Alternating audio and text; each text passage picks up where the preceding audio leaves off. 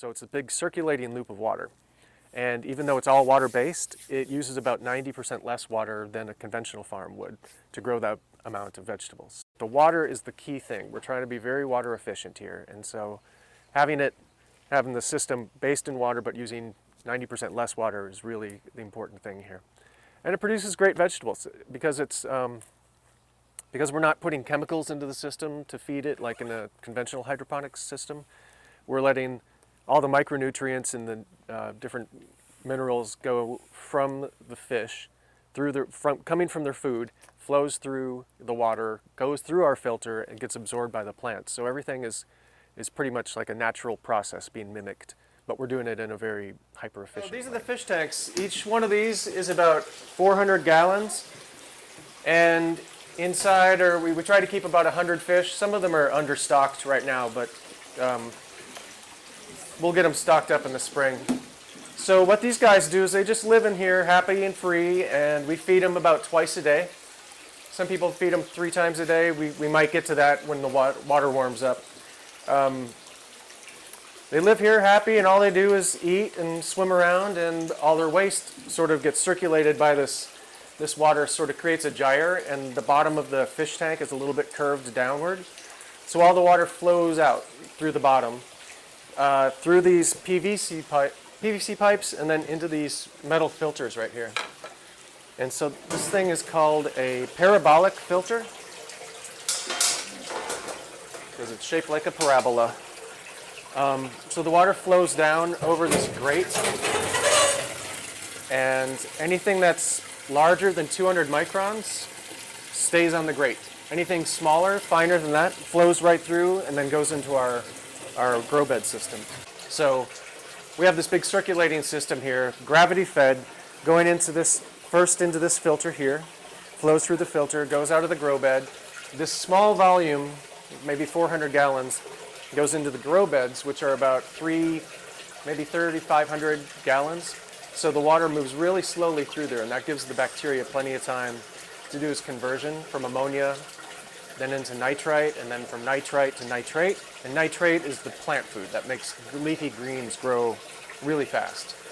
In fact, they grow faster in our grow beds than they would grow even in the best rich organic soil that you can find. So maybe 4 weeks to maturity instead of 5. You know, that 1 week really counts though. That helps a lot.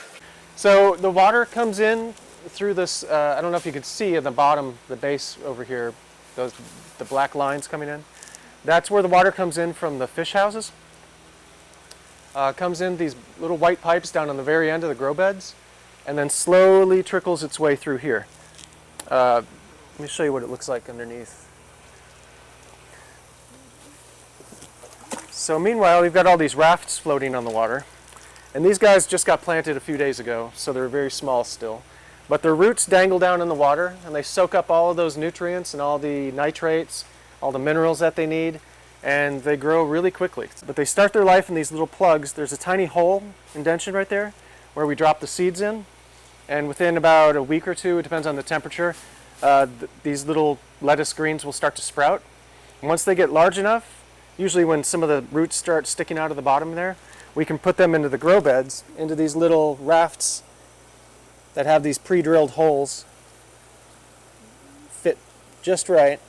That's it. They live there for about 4 or 5 weeks, depending on the temperature again.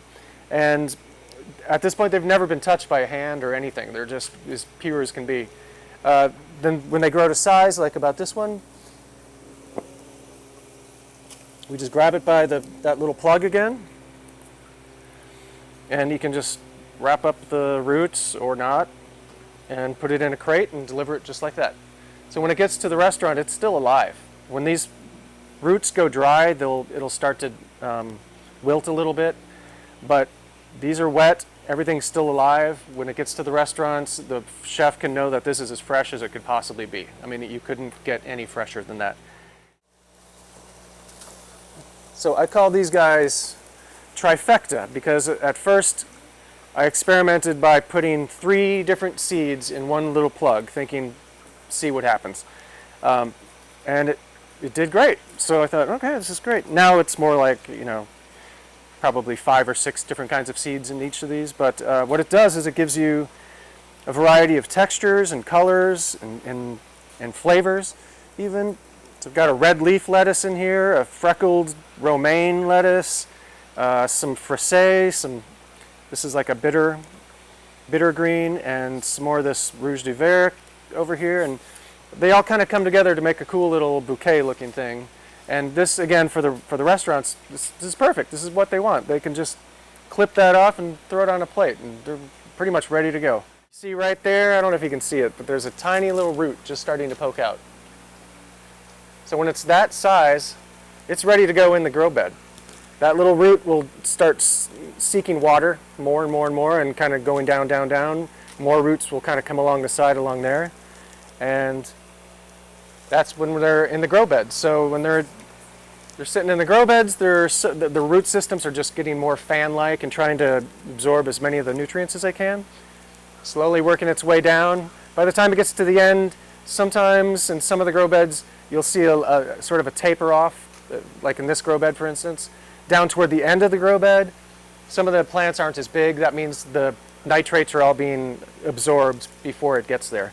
But that's okay. That means all the rest of the plants are happy.